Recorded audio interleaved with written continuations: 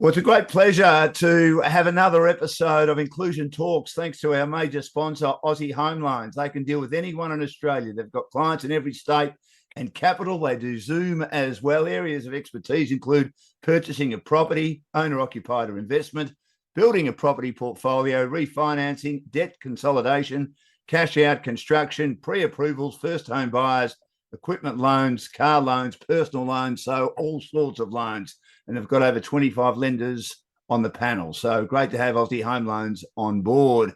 Now, in our first episode, my co-host, Cindy, she did say that begrudgingly, that I don't think it was begrudgingly, I thought she did an outstanding job, was our first guest. She's my co-host. So welcome, Cindy. Good to have you with us. Great to be back talking about all ability sport. Thanks for joining us. It is fantastic. Thanks, Dan. Now, our guest today, Cindy knows better than anyone. As people may know from our first particular episode, she has 7 children, and they're all very talented when it comes to athletics. Caytlyn is very, very talented. She's represented Australia. She's represented, obviously, her state. She's represented her region, and she's been good enough to join us as well. Caytlyn, thanks so much for joining us on Inclusion Talks. No problem. Hello. Now, Caytlyn, tell us about your athletics journey. Why athletics? And how long have you been involved in it for? Well, I started athletics when I was just a kid, so I went to Little Athletics. I absolutely hated my parents for it because they took me out of swimming, which I loved so very much, and made me go to athletics. Yeah, I still remember every single time they would take me to the track, I would scream and yell, and I just want to leave because I hated it. I hated being outside. I hated being around other people. So I just pretty much deliberately did the horrible so that Mum wouldn't take me back there again.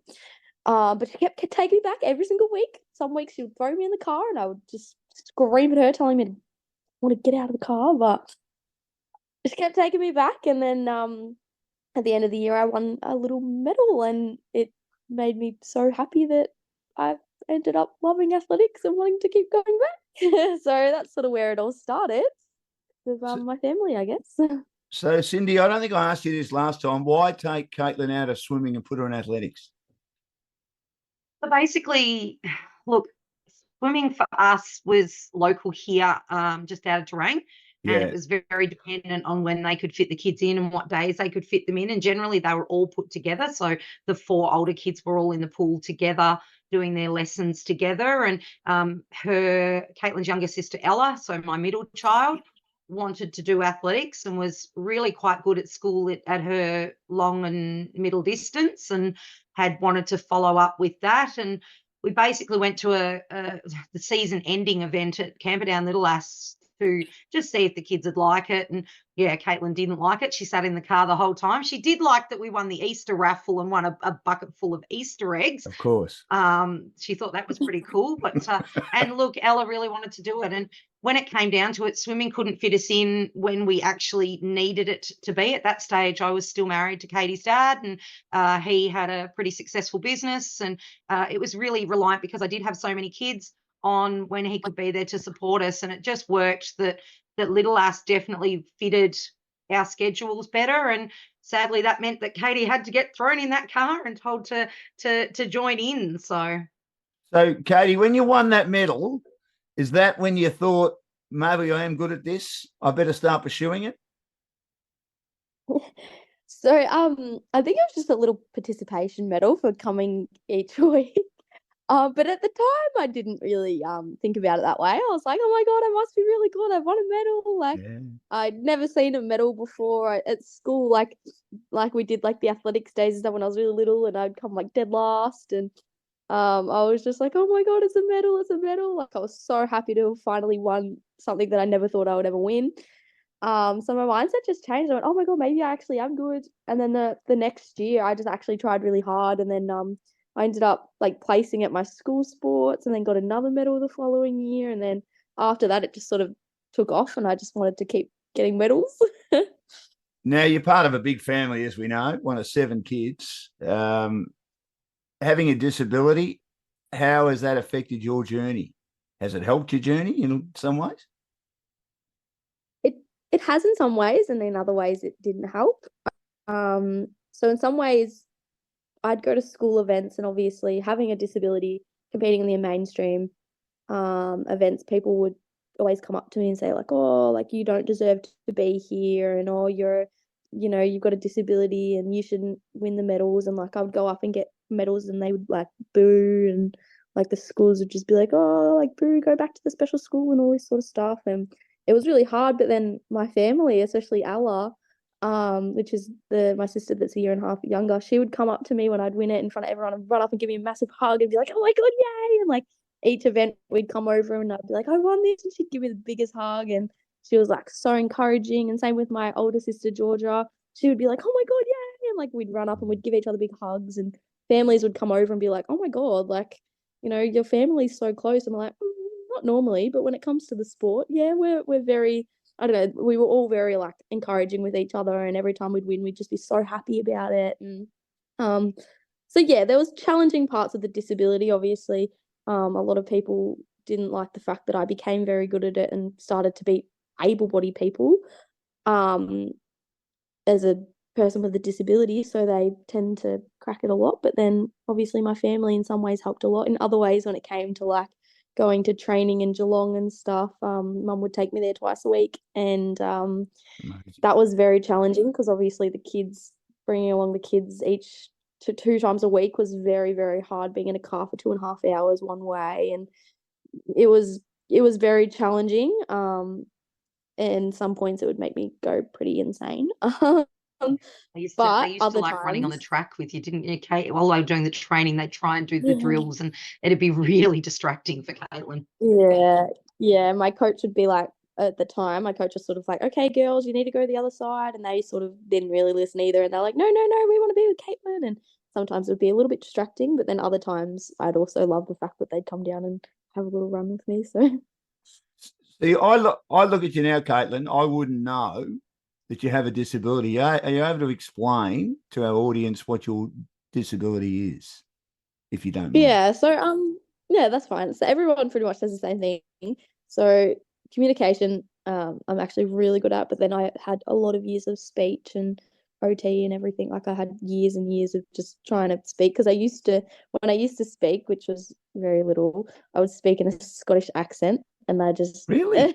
I hated talking to people. Yeah, I had the thickest Scottish accent when I was younger. Is that right? Because of, I don't even know.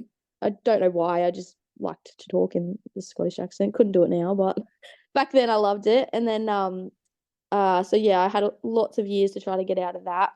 And then obviously when it just came to a classroom, and I even explaining it to my coach the other day, I would just sit in a room and people would be sitting there reading books, and I would be sitting there looking at a book, and I would just be like, I don't understand what anything on this page says right now. And like, even to this very day, my partner will sit down and be like, okay, let's read a book together.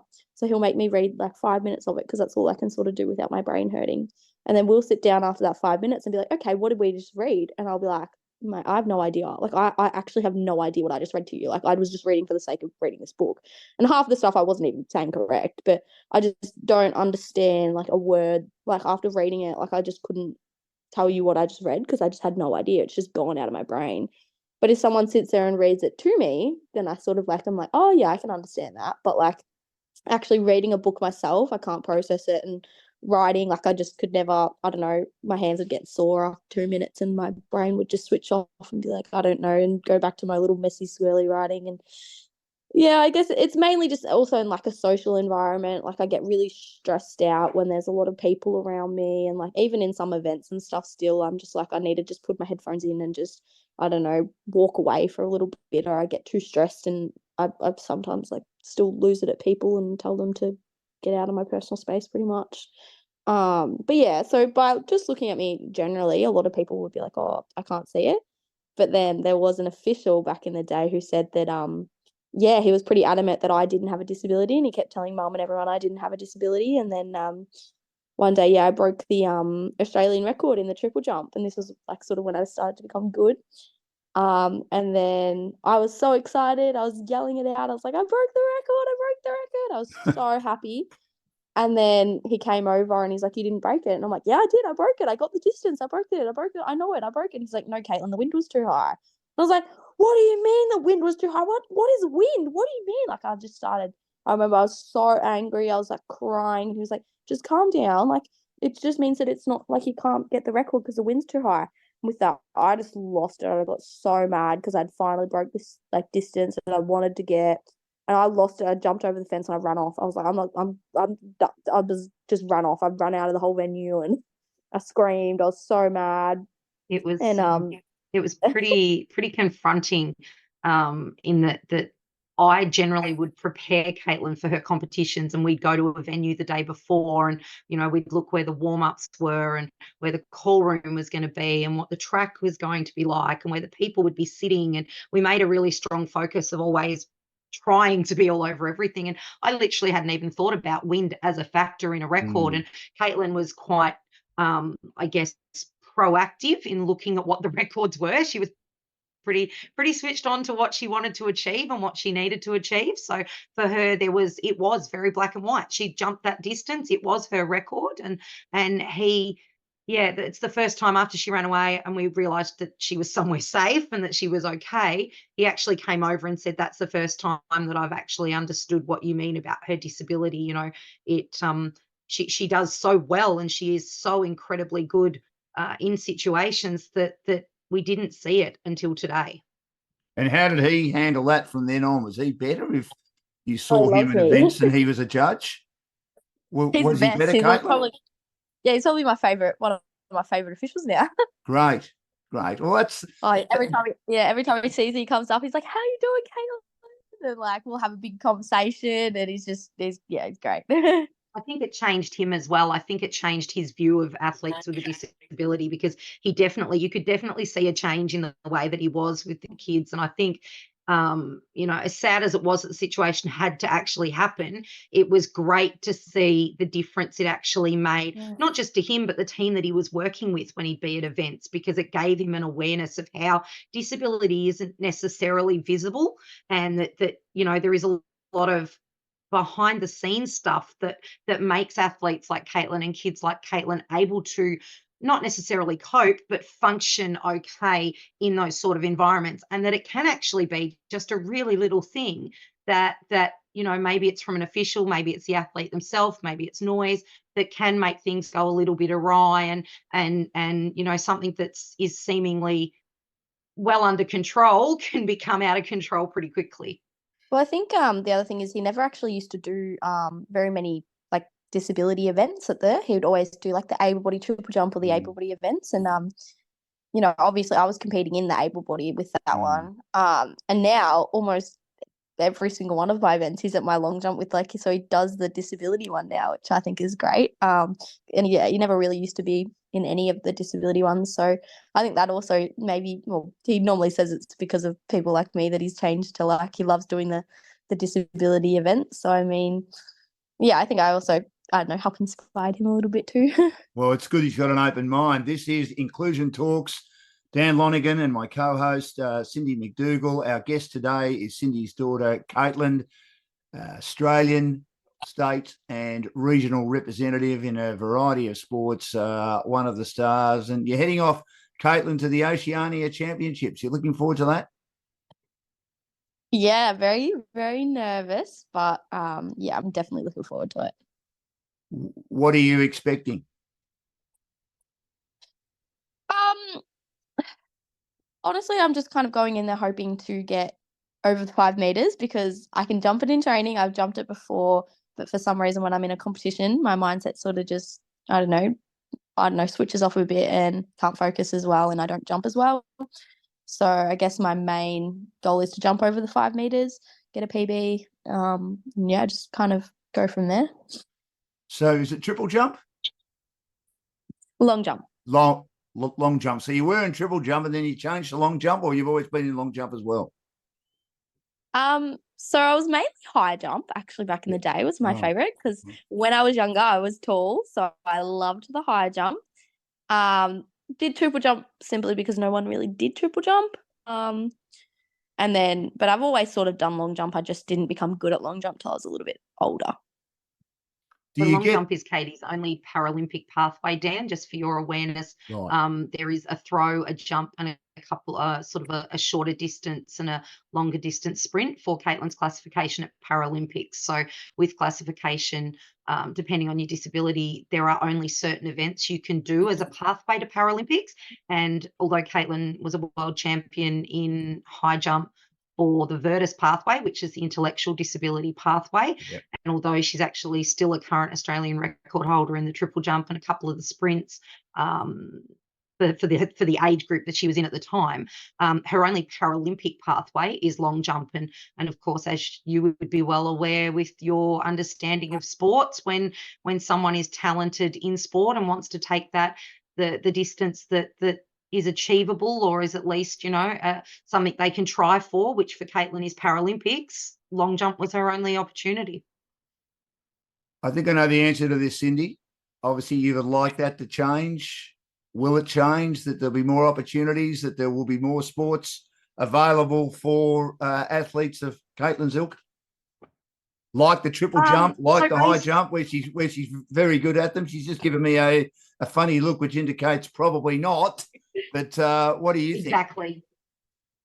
So up until the Sydney Olympics, T20s actually did have quite a large range of events that they could do at Paralympic level, but there was a bit of a furor around a certain country's group of athletes where they had actually manipulated the system, and they had able-bodied athletes classified as Caitlyn's classification, so intellectually disabled, and they were caught out. And because of that, they actually removed most of the T20 events, F20 events from higher level competitions, and only left very basic. And also it made the testing a lot more stringent. So for an athlete who's wanting to get classified for a physical one, it's still incredibly stringent, but I guess it is it's paperwork, and it's signed off on paperwork. So basically they do a submission of all of their health paperwork, and that gets signed off, and then they do a visual testing with international classifiers.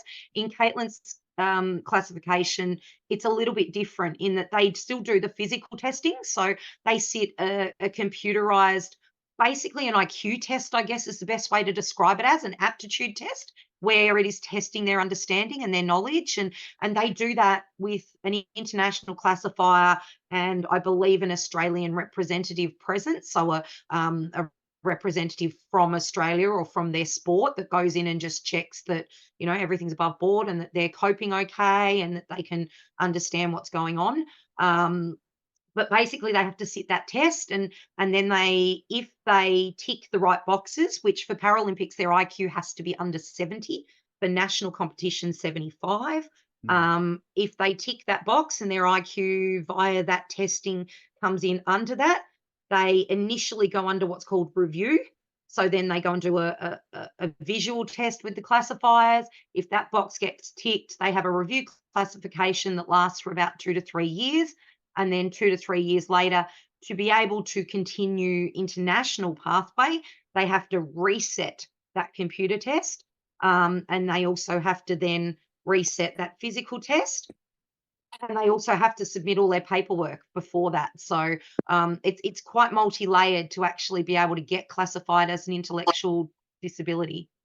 We're here on Inclusion Talks for our major sponsor, Aussie Home Loans. They deal with anyone in Australia. They've got clients in every state and capital, and they can do Zoom as well. And they've got over 25 lenders as well. In an ideal world, Caitlyn, if you were able to compete at the triple jump, long jump or high jump, and you had to choose one, which one would you choose? Oh, that's a hard one. I actually have not done high jump in probably 3 years now. Simply because it's something that I got told that I can't do anymore because of my focus on long jump. So I don't even think I would know how to jump anymore in high jump, if I'm being honest. But honestly, it probably would be triple jump. I've always loved triple jump. Again, haven't done triple jump probably in about a year and a half. because again, it was sort of something that long jump's my only real pathway, so I had to focus on just that only event. But yeah, honestly, I've always loved triple jump. I always found it, I don't know, a lot more enjoyable than just jumping and long jump. But yeah, like obviously it's just not an option. But hopefully triple jump will get added in. It's sort of not a Paralympic event, but it's still an event that's sort of like you can compete at some levels, and it's still, what is it, on the IPC, so the International Paralympic Committee is like getting records and stuff. So if I was to break a record, they still have the rankings and stuff, when all the other events, I don't have that. So hopefully triple jump one day will get added into it. But it looks hard, the triple jump. I mean, I'm not an athlete, and I think I've tried it once, and my coordination levels as just as an athlete in general, unfortunately not great, but it does look really hard. I mean, I suppose it would be a challenge to get it right, Caitlyn. I can see why you like an event like the triple jump, because it would be a challenge, A, to get the balance right, B, to get the timing right, I would have thought. Yeah, and I think that's why I actually enjoyed triple jump, because there was only really a handful of people that are sort of good at triple jump and that would actually do triple jump. So then I'd go into triple jump able body and I'd medal able body, and I wouldn't have that in basically any other event. So I think that's why I enjoyed triple jump, was that I was actually pretty good at it at able body standard. So yeah, that's probably why it was one of my favorite events. So yeah. And how have you interesting fact, Dan? Yes. Just for the listeners. So when Yes. Caitlyn was 15, she actually forgot how to long jump. So part of Caitlyn's disability can be that the processing can be an issue, as she's explained to you. And when she was 14, she was actually jumping nearly 4.5 meters and forgot how to long jump. And she went back to jumping about 2 meters 30 for a year and a half. And everything we tried to do to teach her to get that technique back disappeared. But funnily enough, her triple jump never disappeared. So while she went back to jumping long jump and only jumping 2 meters, she was still jumping 7 and 8 meters in her triple jump and remembering the complex, I guess, actions that triple jump has. So for some reason, triple jump with Kate clicked, and it's something that, touch wood, she's never lost. And yeah, we eventually got the run up and the processes, I guess, back. She did an amazing job just practicing and trying and practicing and trying, and got her long jump back. But it's quite ironic. And that happened again when she got over the 5 meter mark. Something just clicked back again in her head, and she struggled with the processes again and went back to 4 meters. So, around the intellectual disability and the disability classification, you actually can have athletes that do exceptionally well in an event, and something will trigger, I guess, a lack of understanding, or something just doesn't click anymore. And to actually get that process back for someone with an intellectual disability, especially when it's coming from a coach who has to try and find a way to get that through to them in a way that they understand, can be really difficult. So yeah, but quite ironic that her triple jump actually stayed there that whole time. When you consider, I mean, long jump looks hard for me. I mean, all those events look very hard for me and would look hard for a lot of people, but you just look at triple jump, as was said before, it just, Cindy, to me, is a very complex event: hop, skip, and jump. I mean, to be able to do them when you have to do them, and then to be able to get the distance you need to get, it's extraordinary, isn't it? Yeah, and look, I coach younger kids, as you know, at Little Ass, and Caitlyn was actually the one that taught me that the wording hop, step, and jump was just too hard for her.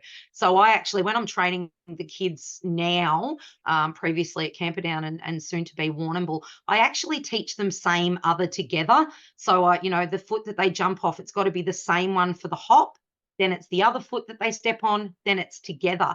And funnily enough, that for some reason seems to click better, and that actually probably came from Caitlyn. That didn't work with her, funnily enough, but yeah, I her was about to be telling like, me that did not work with me at all. exactly. But hop, step, and jump just couldn't stick in her head either. So it's quite interesting how you have to make those adaptations, and sometimes the simplest of adaptations can work really well for some with a disability. disability and others can't. So, I think that's a really important thing that Caytlyn definitely taught me, is that sometimes things can work really well, and you can have the best processes in for a person with a disability, but they're not always going to work for them. So I think you have to keep your mind open to every individual athlete and remember that they are an individual athlete. And while something might work really well for Caytlyn, the same athlete in the same classification with a T20 intellectual disability, it may not work at all. No, that's exactly right. Now, Caytlyn, you're at school, you were training, 3 times a week? You have your disability, you've got a lot on your plate. How did you get through it all? You've obviously got enormous drive. I don't need to be a road scholar to know where you got that drive from. The lady in the left-hand corner on our screen is obviously the one. I don't know a person who's got more drive than your mother. She's been amazing, and will continue to be amazing in regard to her involvement in obviously all abilities, athletics, and obviously is a great mother too. But I mean, how did you keep going? Because it's a very busy schedule for a young girl. I hated school a lot. Like, I actually just never ever liked school the whole way through. I just never liked it. I never had any friends. I never tried to have any friends. I'd prefer to be by myself than to have friends. And I guess that was probably a good thing in school. Because I don't know, I'd go to school, go home, and then go out on the track, and that would just be my favorite thing of the day. Do you and I regret think not I don't having? know, Do you regret having not having athletic. friends, or as you say, not trying to have friends? No, I've got a good group of friends around me now, Yeah. that I met outside school. But honestly, the school that I went to in primary school, everyone always saw me as having a disability and would bully me, and just never really had. There was a couple girls that were always nice to me, but I never tried to be friends with them. And then I went to the special school, and I've got some friends at the special school, that they were lovely, but obviously, I just I don't know, I guess athletics was always my main thing, so I just didn't really have time to, I don't know, be friends with them. And I guess in a way, it sounds bad, but obviously I was quite social, and the friends that I was with at the special school weren't as social, so it was really hard for me to sort of be friends with a few of them, because I felt as though I was more like I don't know, like a carer to them, or I don't know, try and help them more than actually being a friend, which made me feel pretty bad some days, because I'm like, oh, I'd be there and being their friends, but inside I'd sit there and I'm like, oh, to me, they're more just somebody that I'm sort of a bit of a carer to, which made me feel bad. So I just sort of, I don't know, I never really wanted to have friends back in the day.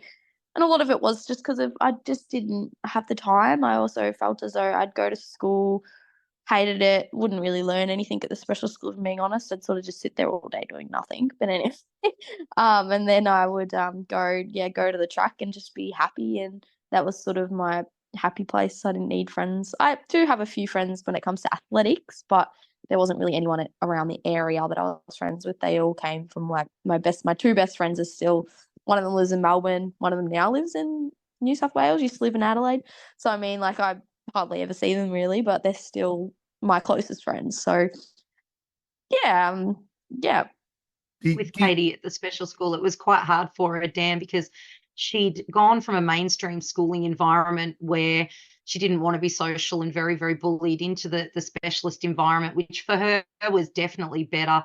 The learning was, she definitely came along in leaps and bounds more with her social once she was at the special school, because again, she did take that opportunity to guide the other kids, and to, I guess, some of them were quite disabled, and Katie loved that caring for them and helping them, and I think that gave her a lot of confidence in herself and built a lot of herself up, and the learning was probably under the level that she was at, because Katie in grade 5 was still learning at grade prep level in a mainstream school. But when it came to special school, she was actually quite a lot further ahead of some of the extremely disabled kids that were there. So school for her was really hard on every level. It was different in that mainstream, it was very much the bully, and she had a fantastic teacher in grade 4 that she still catches up with now, who I think tried really, really hard to engage her and give her a positive environment, but went into the special school. And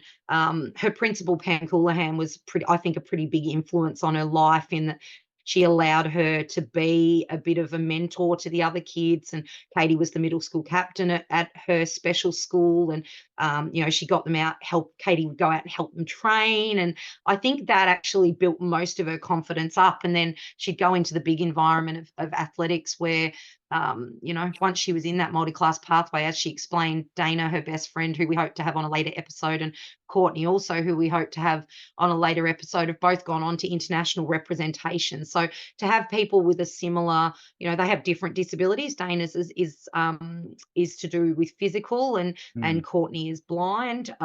So they don't necessarily have an intellectual disability, but they've been a great guide for Katie, and they've been really great friends for her, in that they understand the pressures of sport and training, and how hard it is to keep friendships, and how hard it is to keep those connections with people. But they also, I guess, have helped bring her out of her shell as well. They're pretty special people. Inclusion Talks is our podcast. Dan Lonigan is my name. Sydney McDougall is my co-host, and her daughter, champion triple jumper. She's been a long jumper. She's been a high jumper. Caytlyn Sharp is our guest today for Aussie Home Loans, who deal in a number of different areas of expertise, including purchasing a property, owner-occupied or investment, building a property portfolio, refinancing, debt consolidation, cash-out construction, pre-approvals, first home buyers, equipment loans, car loans, and also personal loans.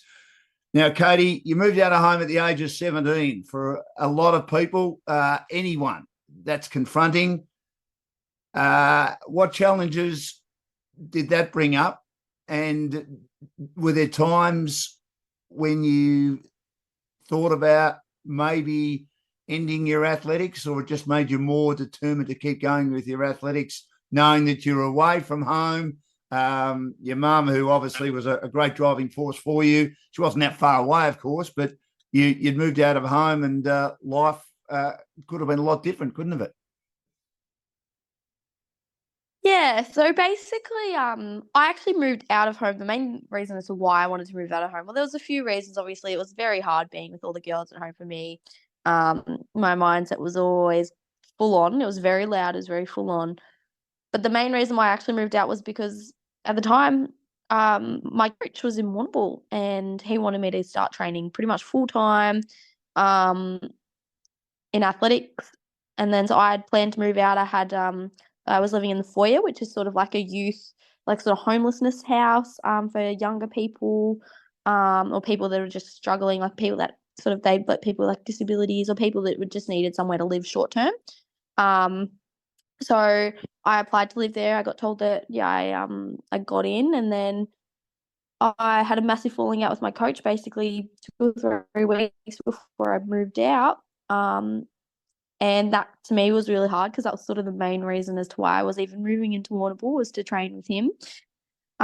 We had all this stuff planned out to what I was going to do every day of the week. And and then I had a massive falling out with him, stopped training with him, got into a relationship, turned a bit ugly, and he sort of had a big mindset, a big thing on my mindset of, I don't know, athletics sort of wasn't really important. I played footy for a year and sort of didn't really care about athletics that much anymore. He sort of made me, I don't know, not love the sport as much anymore.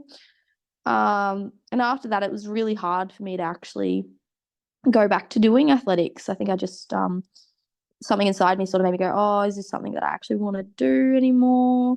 I sort of, I don't know, took a bit of time off, went back to the sport, my old club in Ballarat, and I hated it. Like everyone there, I just felt as though was judging me, and some of the officials I hated. Like I got into a massive fight with them and went off at one of the old ladies one day, like really went off at her and just basically told her that to go shove it. And I didn't have basically not so polite terms, by the way, Dan, so we won't repeat them on here. No. Well, no, she's done very well. It just on that, Caytlyn, you obviously regret saying it. I mean, I've said things in the moment as well, But in regard to the falling out with the coach, when did you know that it was starting to get out of control? Was it early days when you'd made the decision to move out of home? And can you sort of adjust that spiral, or because, with the greatest respect of your disability, it's just something that you're not able to comprehend, and once there's a difference of opinion, it sort of starts to go downhill, if you know what I mean? Yeah, so I think with the coach that I had, so I started training with him, I think when I was about 15. It was just after Anula in Geelong. We decided to train with him because he was closer, it was easier. It was only 25, 30-minute drive instead of 2.5-hour drive one way. So we decided to train with him, and he was an unreal coach. He was really, really good.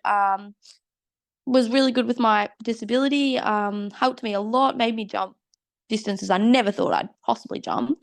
But unfortunately, there was a few little things that ended up getting to me with him.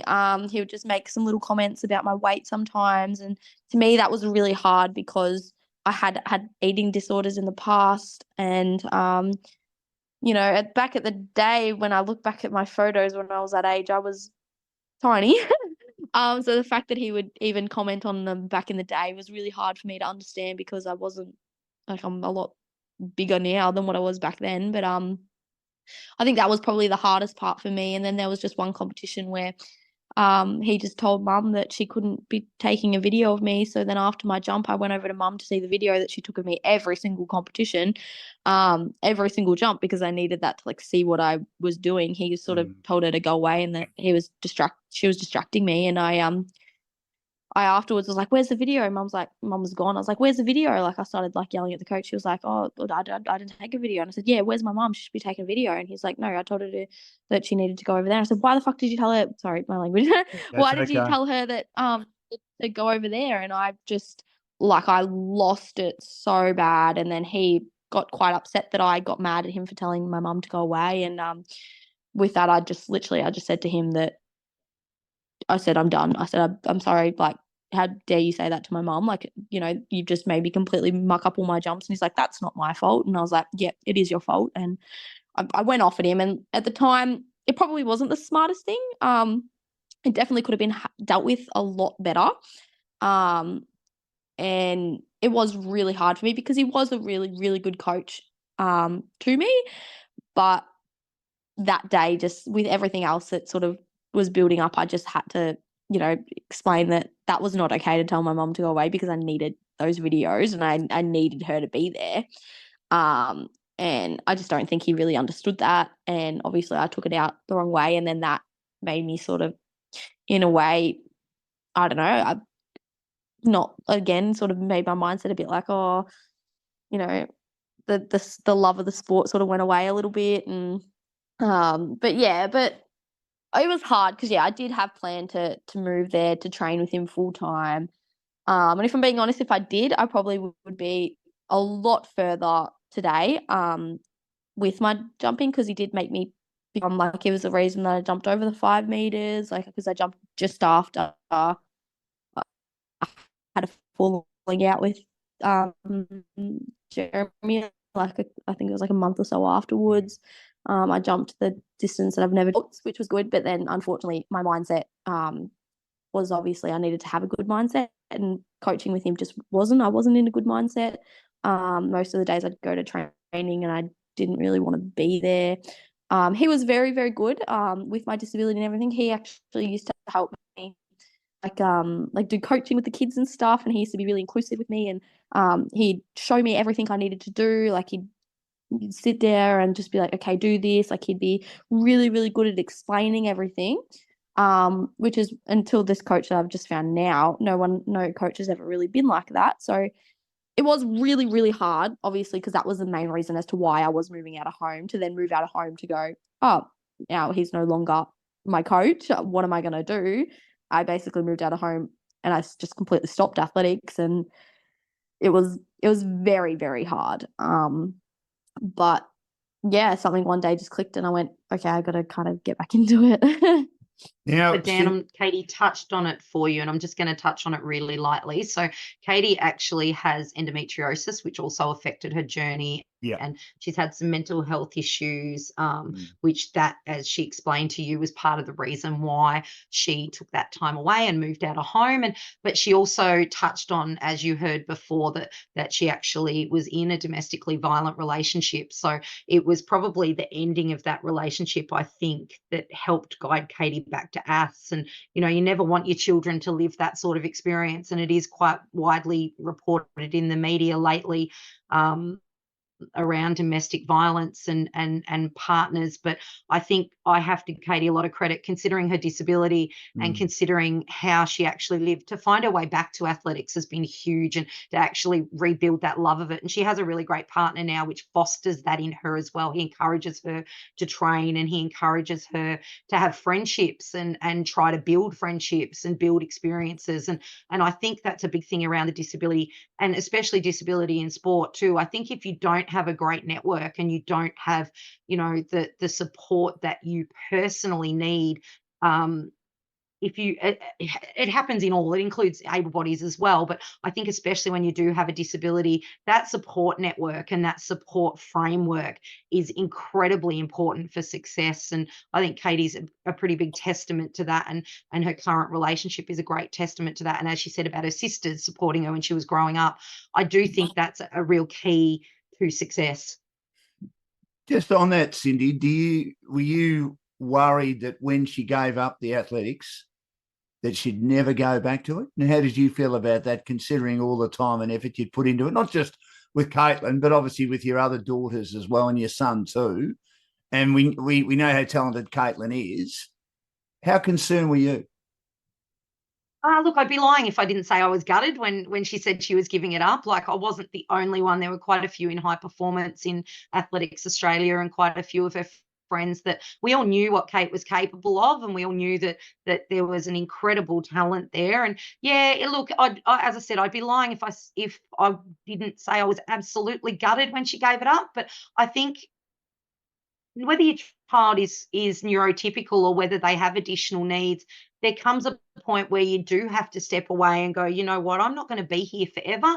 And they do need to be independent, and they do need to make their own decisions, and they do need to, you know, you do have to have faith in the support that you've built for them and the support networks that they have outside of you. So yeah, there were a few tears, and I won't deny I was pretty down about it for quite a while, because I did feel like it was losing an incredible talent to the sport. But you know, I think it was the right decision at the time. It was hard at the time. It to me, it seemed a waste. But looking back now, I think it was the best thing that possibly could have ever happened, because it definitely led to her growing, and it definitely led to her coping strategies and capabilities around independence and around her sport actually growing because of it. So yeah, it's a double-edged sword, I think.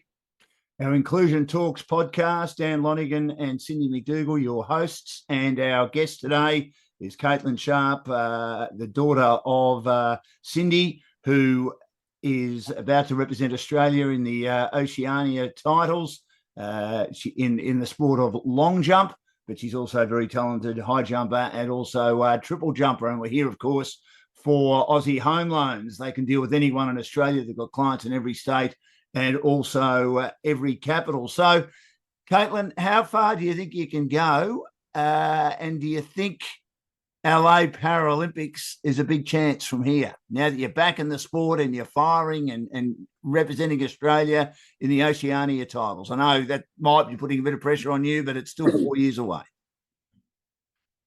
Yeah, so my coach fully believes that I've got it in me. I hope that I can still be a part of it in 4 years, honestly.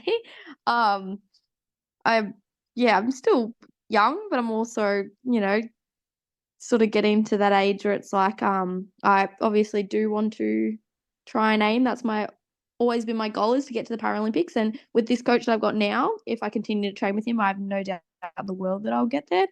But I guess it will really, 4 years is a long time, especially because I'm 22 tomorrow. So Happy birthday yeah, too it's for like that as something well. Yes. 22. Gee, that's old, isn't It's it? That's obviously old, Cindy. 22. Wow. Nah, plenty of years ahead of her yet. Plenty. yeah, I just think yeah, I honestly don't know where I'll be in 4 years, but always my goal has always been to go to the Paralympics. So obviously I'll still be pushing to get to that. Yeah, so that's always going to be my main goal. And There where? is also some Virtus ones, Dan, and so Virtus is the intellectually disabled organisation for athletes with a disability, and should Paralympics not be, I guess, on the cards, there's a lot of development happening around Virtus and growing that sport, and I think, much as she doesn't believe it, I'd love to see her maybe one day following that, or or even going on to mentor or coach, or doing something like that, because I think she has a lot to give back as well, and a lot of learnings behind her that could help other athletes up and coming. So Now, Caitlyn, your mum hates people talking about it, but I'm going to get you to talk about it if you want. Without your mother, where do you think All Abilities Athletics would be in Southwest Victoria? Be honest. Oh God, horrible. Horrible? Yeah, like the amount that she has done is crazy, really. Like, she's the reason that that we sort of have disability, well, especially athletic sports, really all around the area. She's been very pushy at it ever since I was younger. The school that I used to go to, we didn't do sport. Like, it just wasn't something that wasn't included, and getting the kids to the States and regionals and everything. And even with little athletics, we did not have little athletics in Victoria up until when Mum just kept pushing for it and pushing for it and pushing for it. So honestly, she's probably the main reason as to why we do. It is very inclusive down here now, which it still isn't, but it is a lot better than what it was. Could you see her in the foreseeable future not being involved as a volunteer? Or do you think that's just in her blood? She'll just keep doing it because she just loves it, even though you get these very interesting messages on Facebook where she's been going at 100 miles an hour, and I'm thinking, Cindy, will you take a break? But she obviously doesn't listen to people. That's fine. That's her. And I mean that in a very nice way. But can you ever see her not being involved in some capacity, Caitlyn?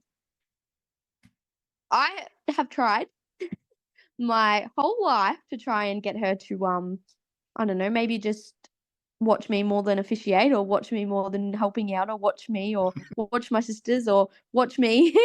And she would very much be, no, I'm officiating. No, I'm doing this. No, I've got to talk to this person. I've got to do this. I've got to do that.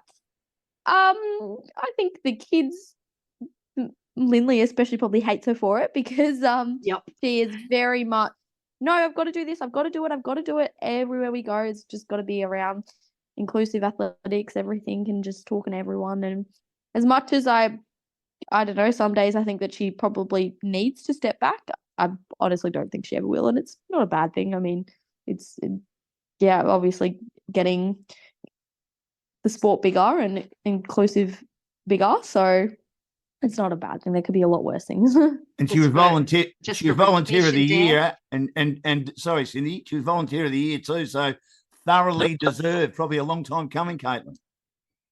Oh, 100%.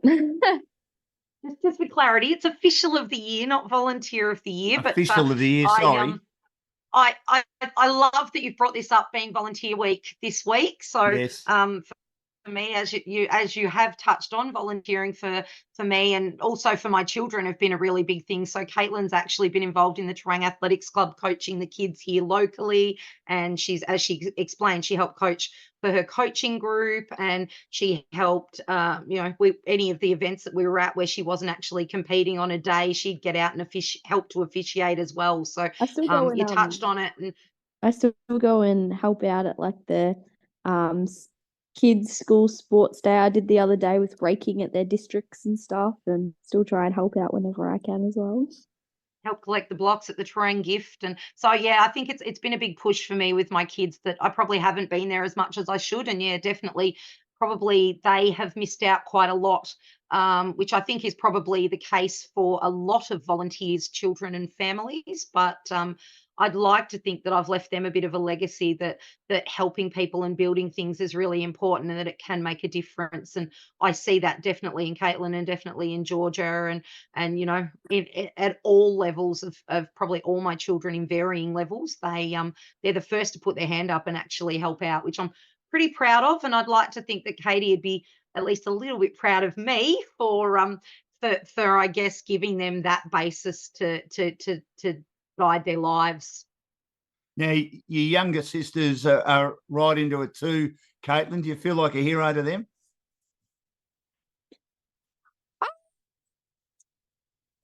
That they I think that they maybe they hate me a little bit some days because of it. I don't know if a hero would be the correct word. I know Ella for 100% fact did not like it, and she always would come to me and say that she's known as Caitlyn's little sister.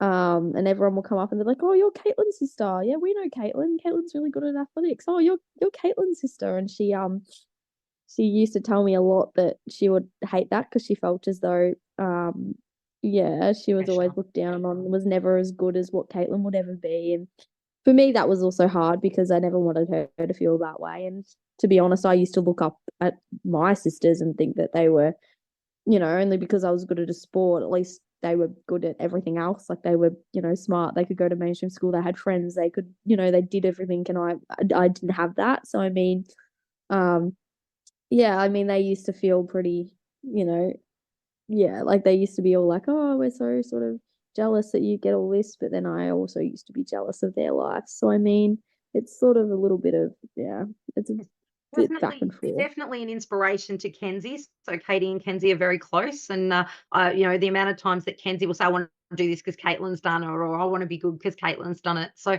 yeah, I think it varies depending on the sibling that it is and the experience that they had around Katie's sport and our life at the time, I guess, as well. So, but yeah, I can definitely 100% vouch for the fact that Kenzie definitely looks up to Caitlyn in every way.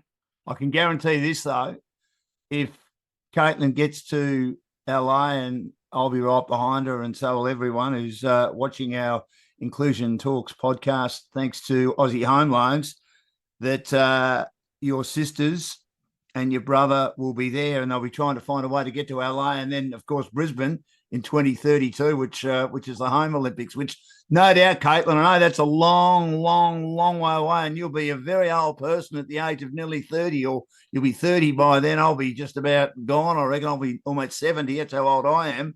That would be a great incentive, wouldn't it, to be part of a home Paralympics, wouldn't it? Well, the way that I look at it is that Brooke Stratton's still doing long jump, and she's, I don't know how old she is, but she's in her later 20s.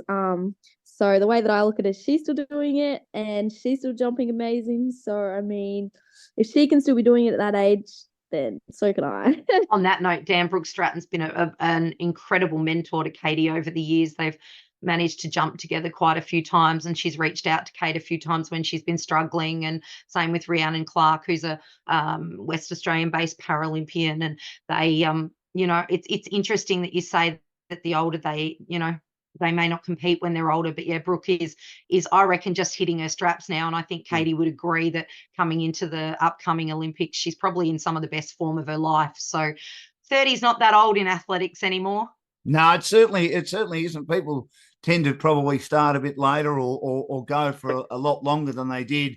I mean, Shane Gould was retired at the age of 15. Can you believe that? 15, a little bit before my time, back in 1972. But she won all those gold medals and was gone. I remember watching her in the 76 Olympics as a 19-year-old, thinking she was one of the commentators for the ABC, thinking you should still be out there competing. It was very, very strange. Well, that was like me when I looked at Isis Holt when she retired when she was 19, I think, and I was just like, you know, she was still winning Paralympic medals and world championships and everything, and I was just like, I don't understand how she could be giving this sport up at such a young age when she still has so much potential. But Yeah, but then I look at some other people as well and I go, well, you know, they're still doing it. So there's no reason as to why. Hopefully I should be still doing it when I'm older. Now, ladies, just before we go, I need to ask you, Caitlin, about Drew Simmons. What sort of a mentor and an inspiration has he been to you? You went to the same school as he did, and of course, he is an international athlete as well. Yeah, so Drew has always been great to me. He So we went to the same school, but I think it was the year that I started was the year that he finished, maybe.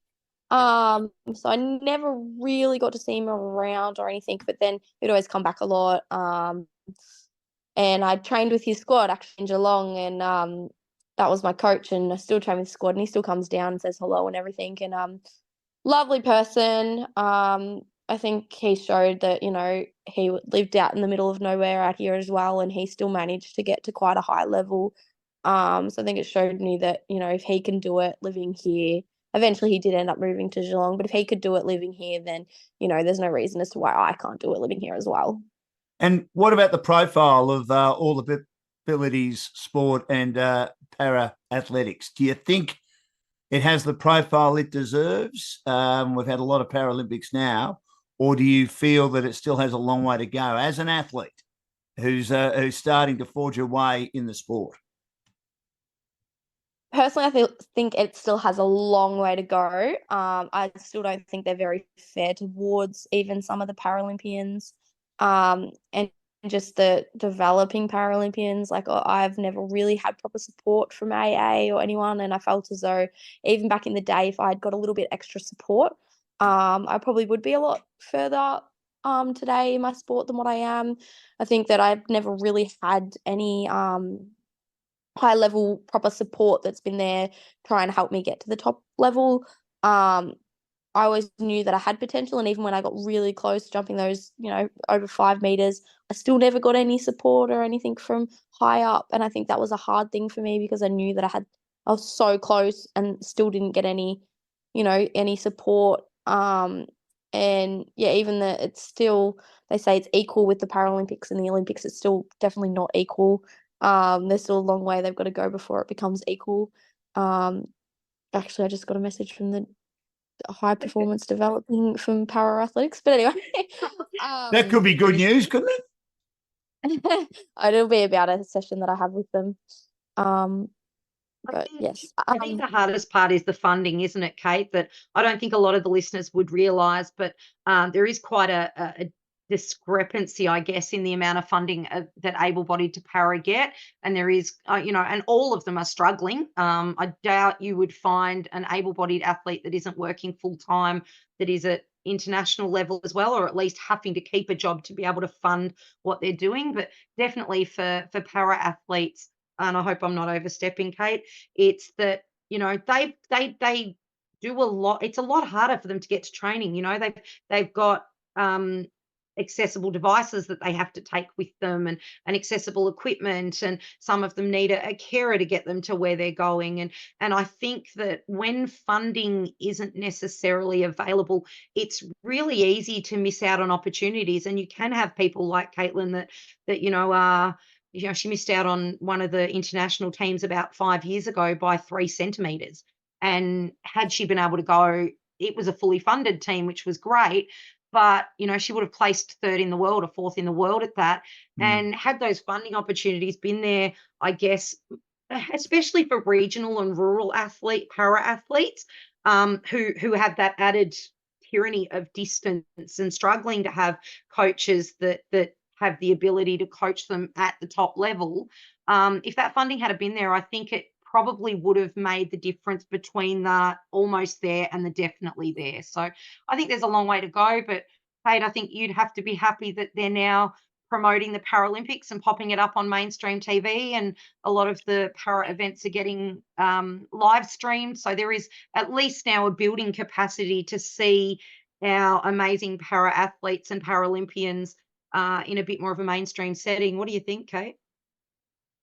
yeah, I definitely agree with that. I think, again, as you were saying with the funding sort of thing, I guess, well, I drive 2.5 hours to training, 2-3 times a week to Geelong and to Werribee, And, I get no funding for that. And a lot of athletes, if they were in the same situation, I'm sure probably wouldn't do that, because I don't know how many sane people would drive 2.5 hours one way 2 or 3 times a week just to go to Geelong to do an hour and a half training session.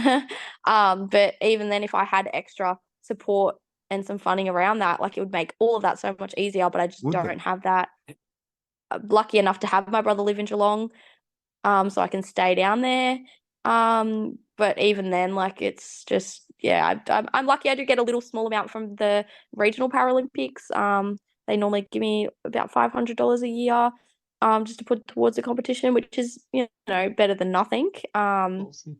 But overall, it's still it's not very good. Well, I think it's disappointing, just my opinion, that you haven't been funded at all to go and represent Australia at the Oceania Paralympics. And I just hope people get behind you with your GoFundMe page for that, because I think that you deserve to be looked after there. And I know that when Karen Tyers, one of the all-time greats, a great friend of mine, was at the ABC, she was a great champion of Paralympics and para-athletics and all para-sports and all ability sports. So I hope that now that she's retired, that the ABC, which have been so big on that for a long, long time, and of course had the rights for many years for the Paralympics, can continue to promote it, because it's such an important part of sport in general. Ladies, I'd like to thank you both for joining us again today. Cindy, we've got another one on this afternoon. You might want to promote. We've got another Caytlyn joining us, I believe. We certainly do. Just on that note of the ABC, Dan, Caytlyn is actually going to be on our local ABC radio show tomorrow morning. So they are still great at promoting their para-athletes, and we're very grateful for Jeremy and his team down in the Southwest for that. But this afternoon we have Caitlin Smith coming on to the podcast, who is one of Caitlyn's dear friends, and she actually roomed with her at the World Championships in Thailand. Caitlyn has gone from athletics to national tempion bowler. She started in swimming just like Caitlyn did. She was extremely successful at that. Has moved now into blind cricket and blind football, and she's also has multi-disabilities and is the current captain of the Para Matildas, which, as most of our listeners would be aware, the Matildas, the able-bodied team, are doing exceptionally well, and they've actually just in the last year or so brought in a para version of that squad, the Para Matildas, and Caitlyn, who'll be on the podcast this afternoon, is actually their captain and a very dear friend of Katie's and a dear friend of our family. So very, very excited and very grateful to have her coming on board for the next podcast. And Katie, a couple of things. What are you doing for your birthday? 22 tomorrow. 2 days before my brother, actually. 24th, isn't it? Yeah. Yeah, 24th. I'm going to go down to Melbourne. I'm going to take my little sister and one of my best friends and my partner. We're just going to go to Melbourne for the day and then stay at my brother's house in Geelong and spend some time with my brother. Yeah. Very good. Which little sister? Because you got heaps of them. With Lindley. So, yeah, I would have loved to have had all my sisters, but Lindley is just probably the only one that can probably handle public transport, and being in Melbourne, the other two aren't so good with that. No, it's a big place, Melbourne, isn't it? But look, I really appreciate your time. Good luck in the Oceania Championships in Fiji. You ever been to Fiji before? No. I'm very excited. No, it'll be great. And thank you, Cindy. We'll, of course, be back later on today. This is, of course, Inclusion Talks, our podcast, looking at all ability sport. And again, we thank our major sponsor, Aussie Home Loans. They deal with anyone in Australia. We've got clients in every state and every capital. They do Zoom as well. Areas of expertise include purchasing a property, owner-occupied or investment, building a property portfolio, refinancing, debt consolidation, everything, cash out, construction, pre-approvals, first home buyers, equipment loans, car loans, personal loans, any loan you might have, boat loan, whatever. And we've got over 25 lenders on their panel as well. Thank you, Cindy. Good luck, Caitlyn. Hope it all goes well. Happy birthday for tomorrow, and I really appreciate you joining us on our podcast today.